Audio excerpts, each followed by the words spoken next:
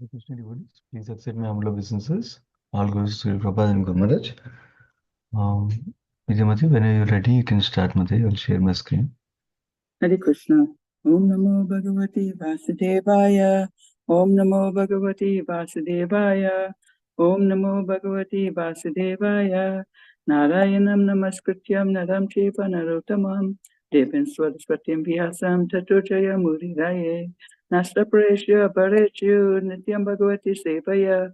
Bhagavati Uttama Sloke Bhakti Bhavati Naisteki. Today we are reading from chapter 18, the prayers offered to the Lord by the residents of Jambudvipa. Text 27 through 39.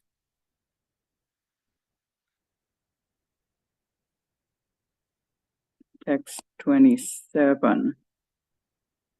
My Lord, from the great leaders of the universe, such as Lord Brahma and other demigods, down to the political leaders of this world, all are envious of your authority.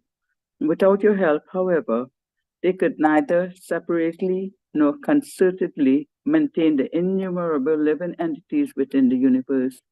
You are actually the only maintainer of all human beings, of animals like cows and asses, and of plants, reptiles, birds, mountains, and whatever else is visible within this material world. Text 28. Almighty Lord, at the end of the millennium, this planet Earth, which is the source of all kinds of herbs, drugs, and trees, was inundated by water and drowned beneath the devastating waves. At that time, you protected me along with the earth and roamed the sea with great speed. O unborn one, you are the actual maintainer of the entire universal creation, and therefore you are the cause of all living entities. I offer my respectful obeisances unto you. Text 29. Sukadeva Goswami continued, in Hiranmaya Parsha, the Supreme Lord Vishnu lives in the form of a tortoise, Kurma Sarira. This most dear and beautiful form is always worshipped, dear, in devotional service by Aryama, the chief resident of Hiranyama Parsha, along with the other inhabitants of that land. They chant the following hymns. Text 30. O my Lord, I offer my respectful offer my respectful obeisances unto you, who have assumed the form of a tortoise. You are the reservoir of all transcendental qualities, and being entirely untinged by matter, you are perfectly situated in your pure goodness. You move here and there in the water, but no one can discern your position. Therefore, I offer my respectful obeisances unto you. Because of your transcendental position, you are not limited by past, present, and future.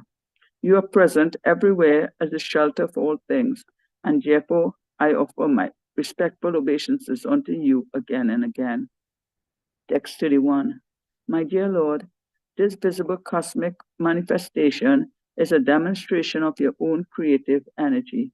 Since the countless varieties of forms within this cosmic manifestation are simply a display of your external energy, this Virat Rupa, universal body, is not your real form. Except for a devotee in transcendental consciousness, no one can perceive your actual form. Therefore, I offer my respectful obeisances unto you. Text 32. My dear Lord, you manifest your different energies in countless forms, as living entities born from wombs, from eggs, and from perspiration, as plants and trees that grow out of the earth, as all living entities, both moving and standing, including the demigods, the learned sages, and the pittas, as outer space, as the higher planetary system containing the heavenly planets, and as the planet Earth with its hills, rivers, seas, oceans, and islands.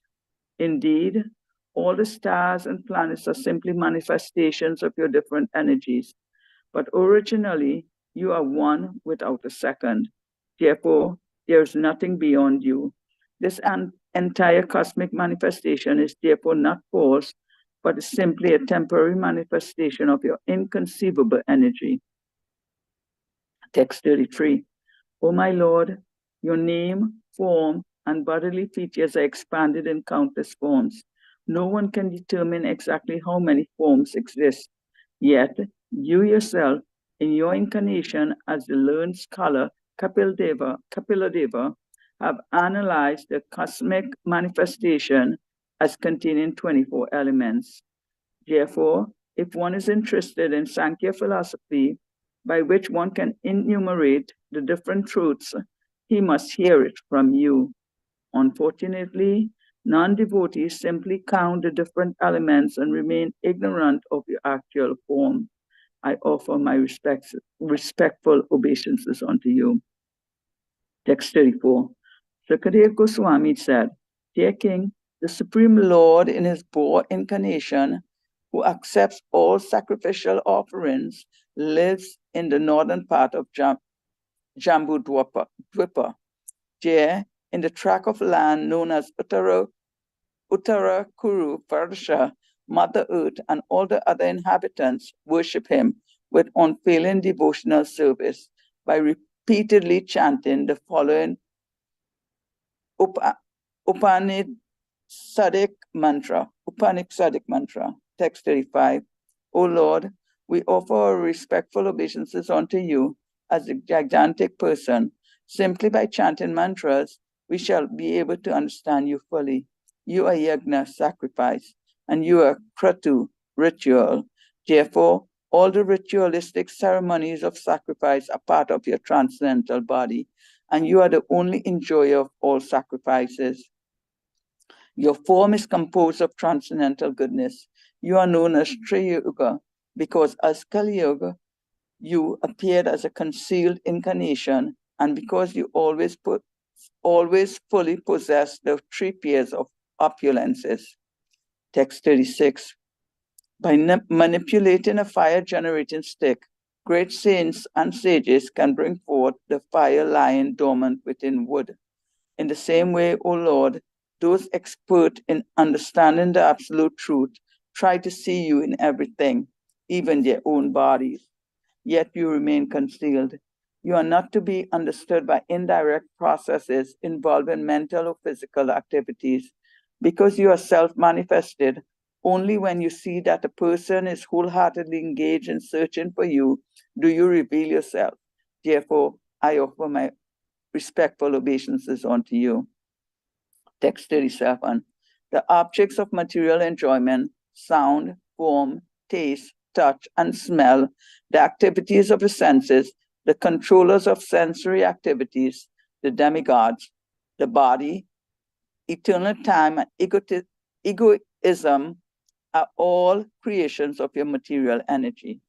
Those whose intelligence has become fixed by perfect execution of mystic yoga can see that all these elements result from the actions of your external energy. They can also see your transcendental form as super soul in the background of everything. Therefore, I repeatedly offer my respectful obeisances unto you. Text 38. O Lord, you do not desire the creation, maintenance, or annihilation of this material world, but you've performed these activities for the conditioned souls by your creative energy. Exactly as a piece of iron moves under the influence of a lodestone, inert matter moves when you glance over the total material energy. Text 39. My Lord, as the original boar within this universe, you fought and killed the great demon Hiranyaksha. Then you lifted me, the earth, from the Gabodaka ocean on the end of your tusk. Exactly as a sporting elephant plucks a lotus flower from the water, I bow down before you. Thus ends the Bhaktivedanta purport of chapter 18, the prayers offered to the Lord by the residents of Jambudvipa. Hare Krishna.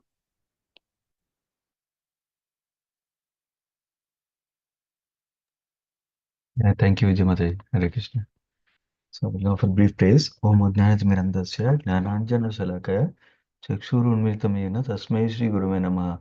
Namam Vishnupadaya Krishna Prasthaya Bhutale Srimate Bhaktivedanta Swami Iti Namane Namaste Saraswati Devi Gauravani Pecharine Nirvishesh Shunyavadi Paschat Destarine. Jai Shri Krishna Chaitanya Prabhu Nityananda Sri Advaita Gadadhara Srivasadi Gaura Bhakta Vrinda. Hare Krishna, Krishna Krishna, Hare Hare, Hare Rama, Rama Rama, Hare Hare. So we'll discuss, continue the prayers that we are hearing from the residents of Jambudvipa. So far we've been hearing from each of the one of the verses. Varshas are the divisions of Jambudvipa, those residents' prayers.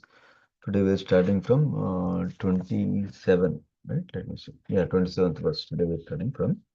So this is part of the prayers to Matsya by Vaivasutta Manu, where Matsya incarnation came for Vaivasutta Manu and protection of the earth. So that's what is the section we are in. So today we'll also cover the prayers to Kurmadev and also to Varahadev. So it's interesting. Overall, I'll mention the overall theme. So then we'll dive into the verses.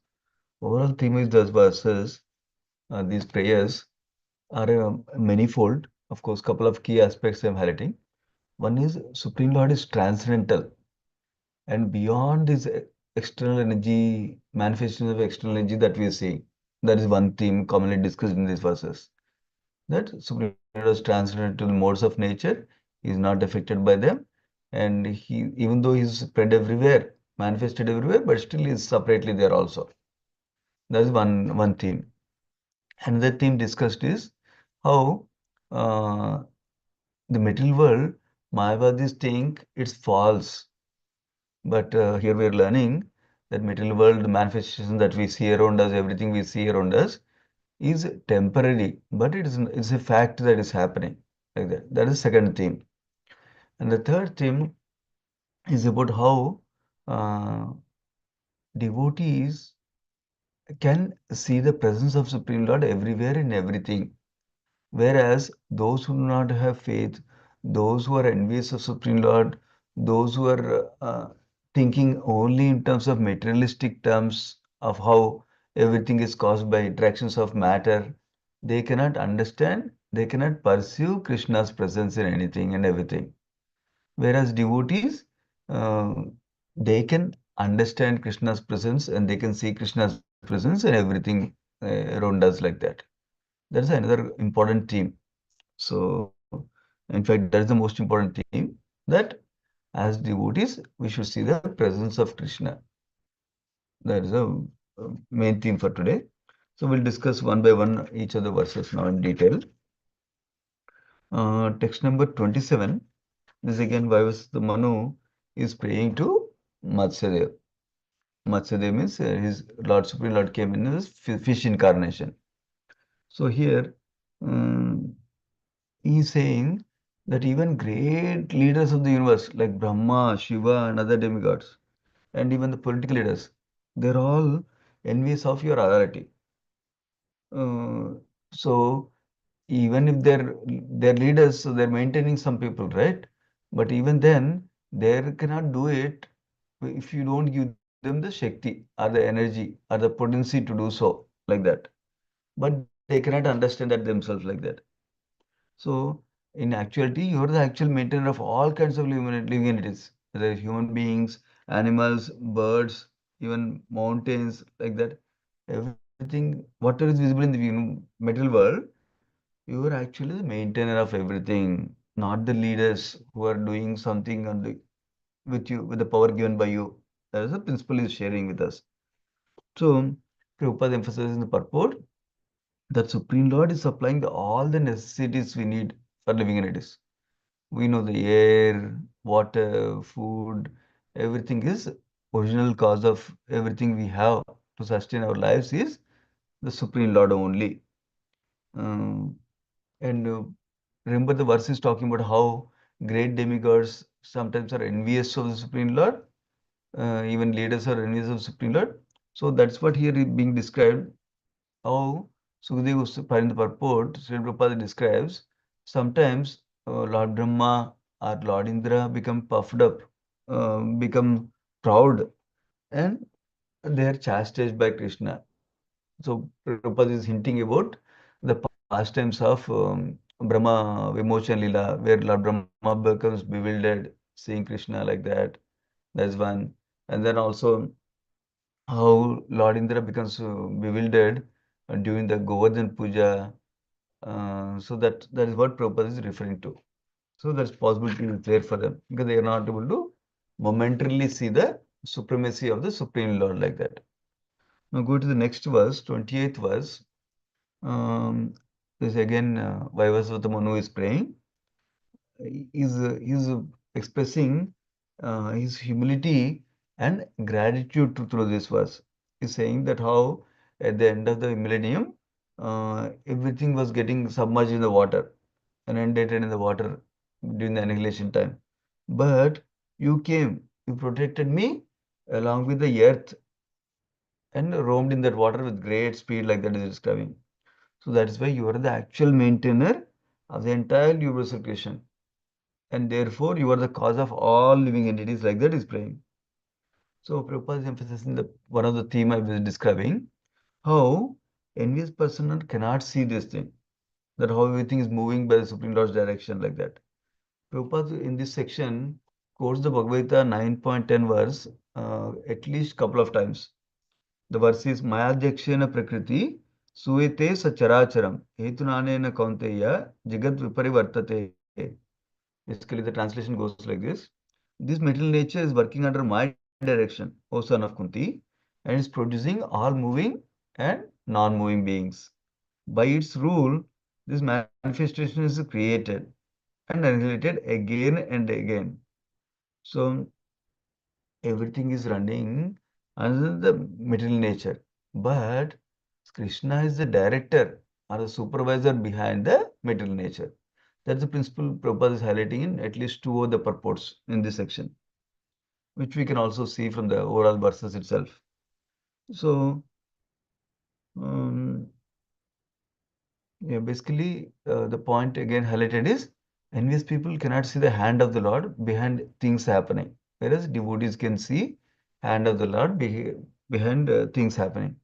In fact, as practicing devotees, when we understand that it's not just because of karma things are happening in our life, it's because of Krishna's involvement also.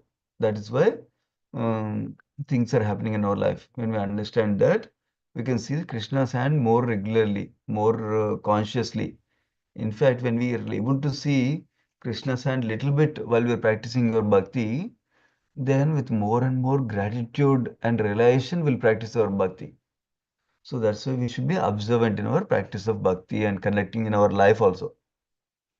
So going to the text number 29. So now he's shifting to previously he was praying to Matsyadev. Now we'll go to the next Varsha. It's called Hiranmaya Varsha.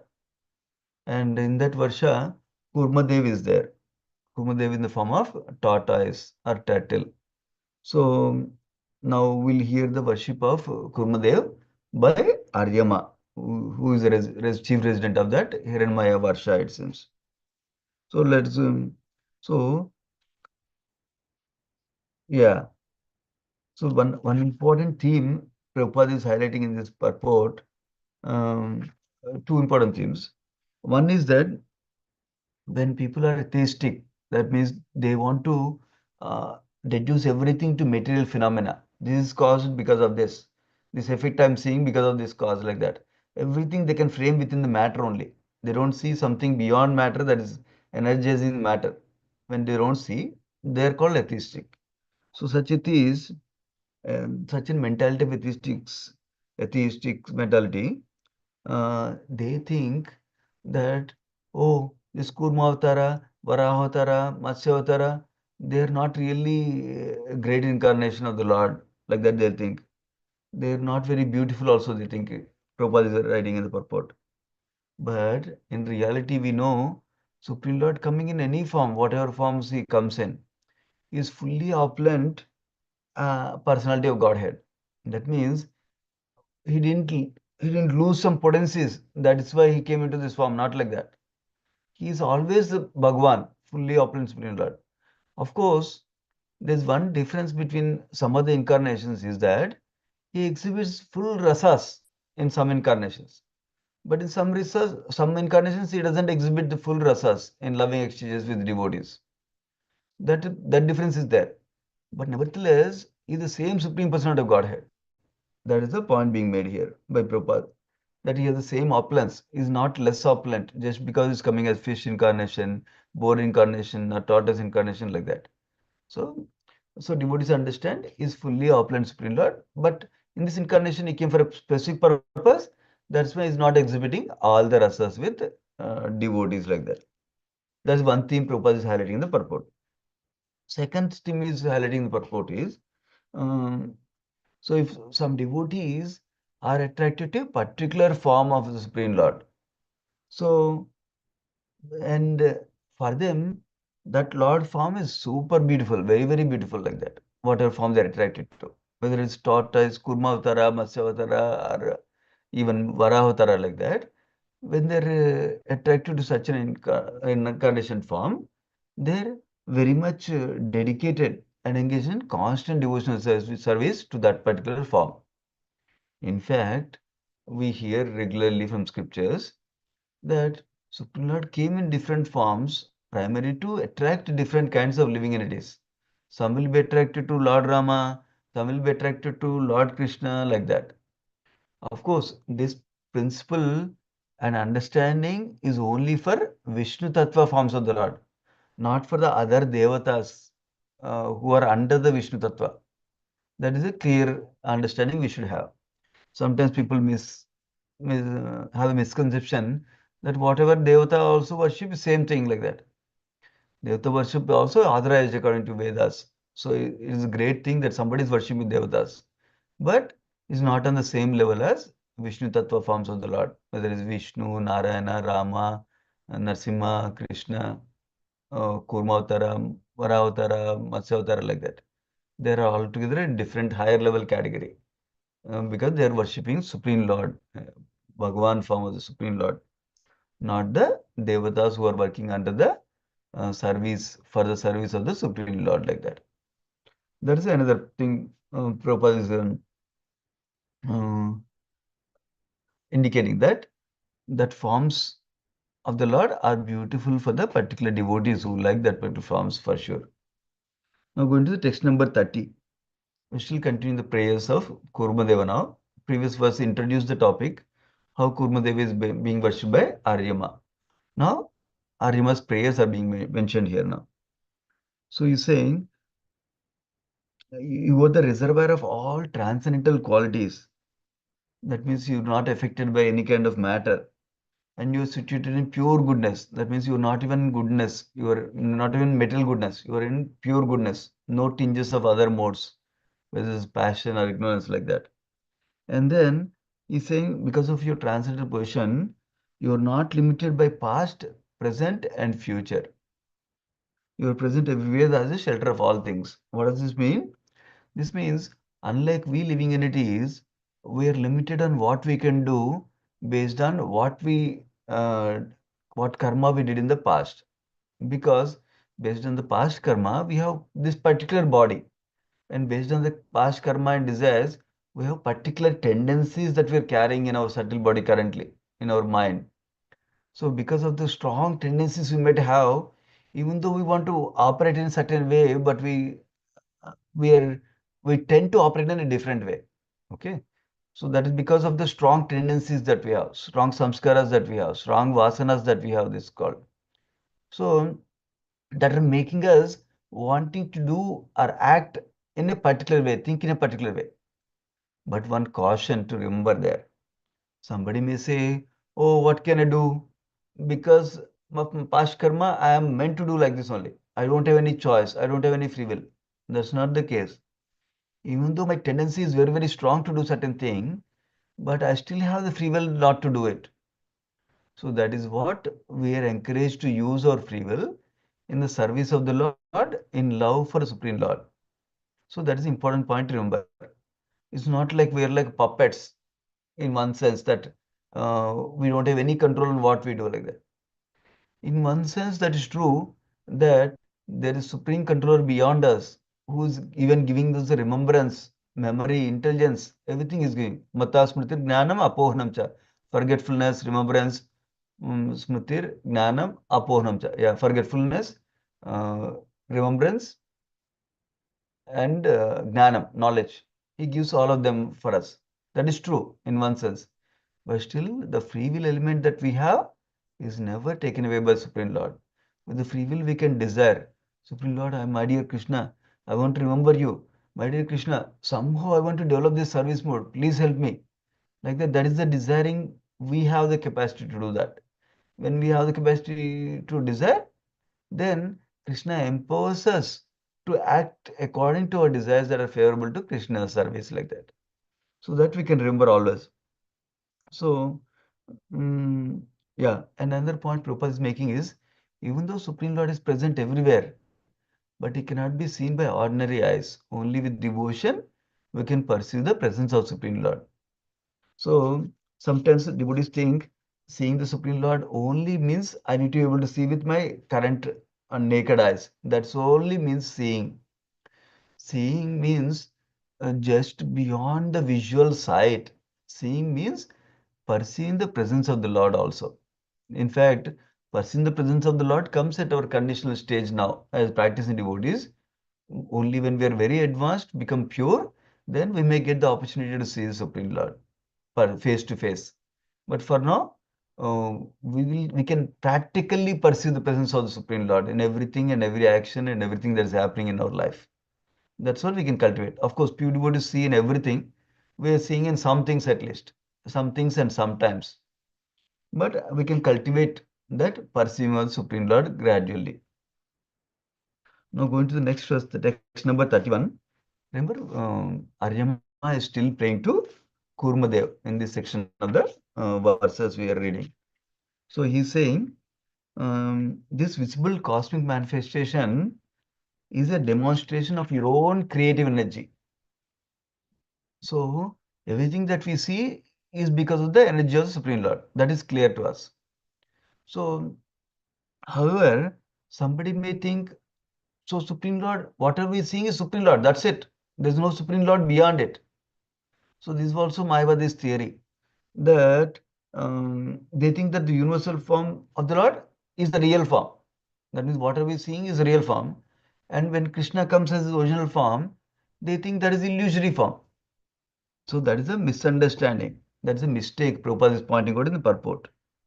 So, and Prabhupada is giving a wonderful example to understand this particular point. What is the example he's giving? He's giving, let us say there is a fire that is burning. From the fire comes heat, especially when we go close. And the fire comes light that can go a little bit more far compared to heat.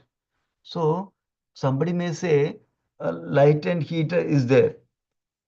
So that itself is a fire. There's no fire anymore. They do not recognize the real fire that has a form also.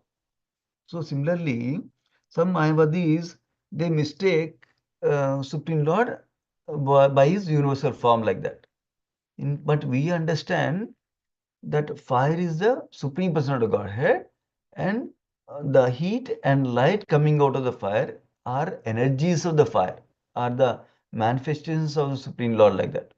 Supreme Lord is manifesting his energies as Paramatma, as Brahma Jyoti, or as everything that we are seeing through his inconceivable potencies like that. That's how we understand it. So that means there's a real person, there's a real Supreme Lord behind the energies that we are seeing, behind the manifestation of energies we are seeing. So that is the understanding Prabhupada is telling us, and Prabhupada is emphasizing that only devotees can understand that aspect of the Supreme Lord like that. Whereas the others may think, oh, whatever we're seeing is Supreme Lord, that's it, nothing more than that like that. So this is very important for us practicing devotees to understand that Supreme Lord has inconceivable energies, and through his energies manifesting different things in the world. But he is there as a person. He has feelings. He has his own mood. He he has he has love for us. He cares for us, and he's behind all these things. That means not everything is happening mechanically, but he can do something for me. Then, even sometimes we think, oh my God, I'm not able to chant nicely, I'm not able to hear nicely, I'm not able to read nicely, I'm not able to worship nicely. Even then, we understand Supreme Lord is there, He's merciful, He's seeing me, He'll help me. That understanding we get. If we i- i- instead, if we don't see the personal form of the Supreme Lord, then we cannot expect the mercy of the Supreme Lord in that way. So that is another important understanding for us practicing devotees. That will give us inspiration, that will give us motivation to continue bhakti, even when we're not doing great. So that way, we, inspired that Krishna wants to help us, Krishna wants to see us happy, then we'll also continue in bhakti with more inspiration, motivation every day. Going to text number 32, still Aryama is praying to Kurmadev. He's saying, you manifest your different energies in countless forms. He lists all different forms, like living forms, like human beings, animals, birds, trees, like that. And he talks about even the rivers, seas, all the inanimate things that we see in the world. So you are manifesting everything through your material energy. But originally you are one without second. That means you are beyond this, you are there still. That's the point Arjuna is making again. So, and the other point made in this verse is this cosmic manifestation is not false, but it's a temporary manifestation of your inconsumable energy. So, Mayavadis have this phrase, Brahma Satyam Jagan Mithya. So, Prabhupada is quoting that verse and saying that they think, unfortunately, that whatever we're seeing is not real, only Brahman is real, like that. But Prabhupada is saying, no, whatever we're seeing is also real. It's really happening right now. But it is temporary manifestation. For example, we stay in this body temporarily, this material manifestation stays temporarily and then is annihilated later on. But it's not false. That is what Prabhupada is trying to mention here. Yeah. So the another point Prabhupada is mentioning, interestingly, even the material science we hear, energy is conserved, it is never destroyed like that. So similarly, Prabhupada is saying the energy of Supreme Lord is as permanent as the Lord Himself. Although his energy is sometimes manifest, sometimes not manifest. But energy is always there, like that. That's the point being made here. So that means just because material world is annihilating, we don't think that Krishna's power is gone, Krishna is not there anymore, like that. Krishna's hand is there. Krishna's supervision is there behind all the manifestations of material world. Going to text number 33, he's describing in your incarnation as the Lord's, as a learned scholar, Kapil Dev, you analyze the cosmic manifestations as 24 elements.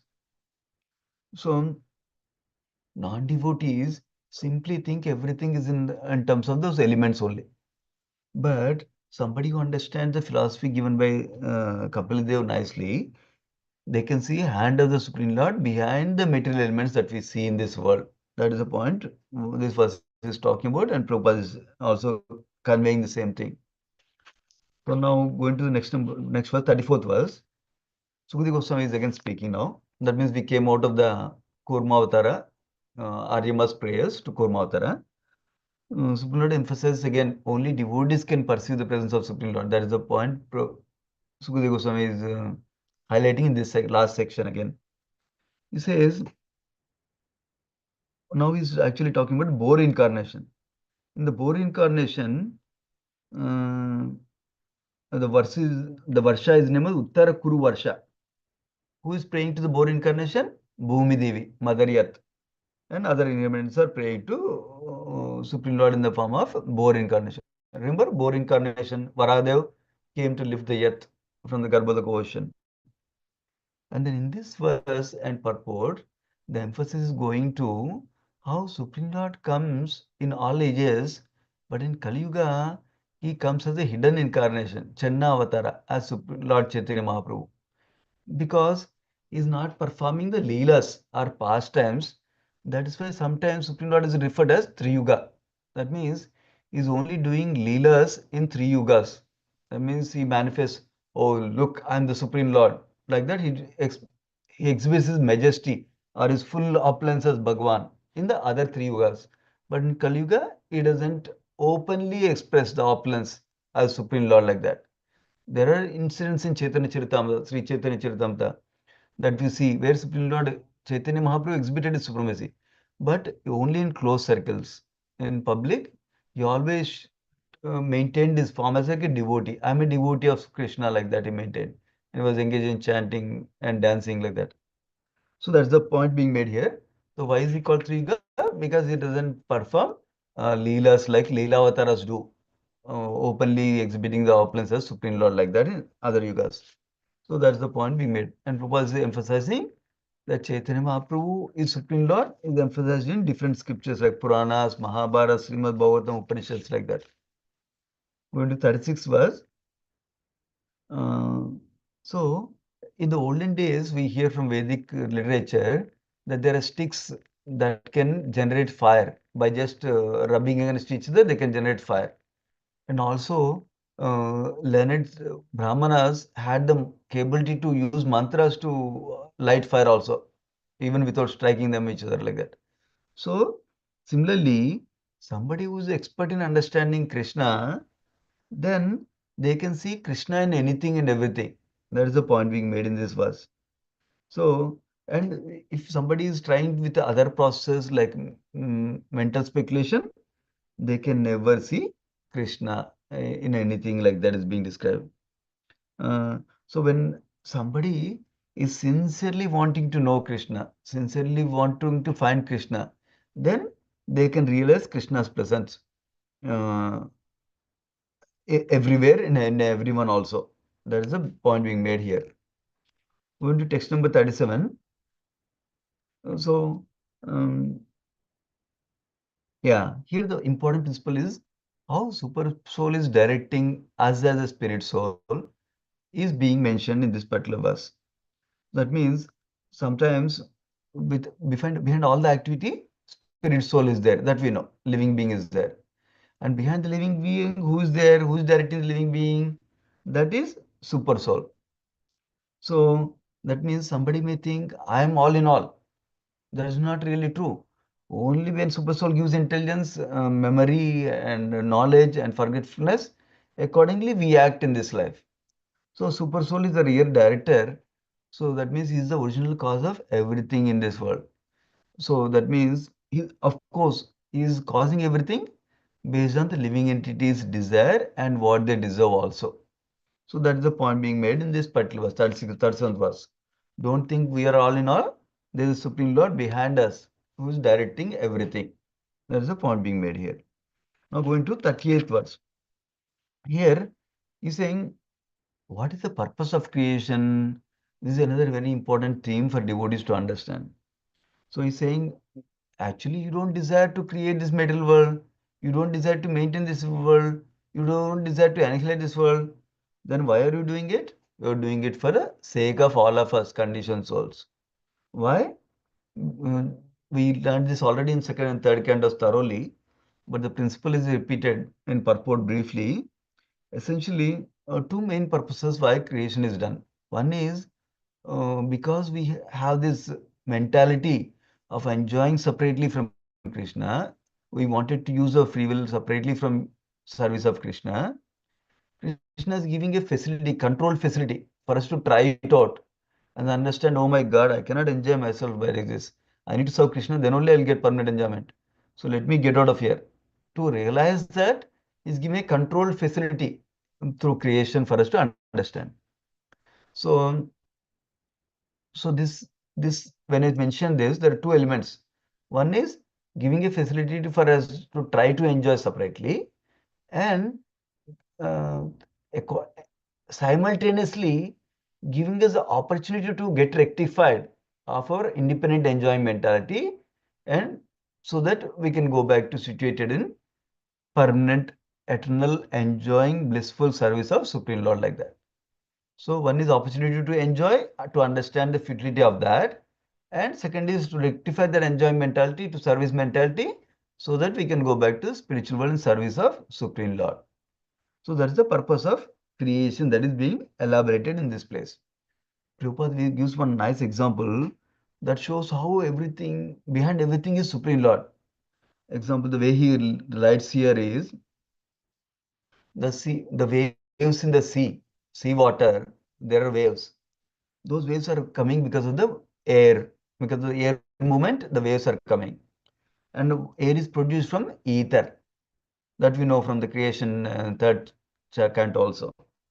So then the ether is produced by the three gunas, three modes of material nature. But then how come three modes of material nature are acting? Because of the glance of the Supreme Lord, they get agitated. That also we discussed in third canto. So in that sense, small phenomena like moving of waves in the water, original cause is Supreme Lord we can see.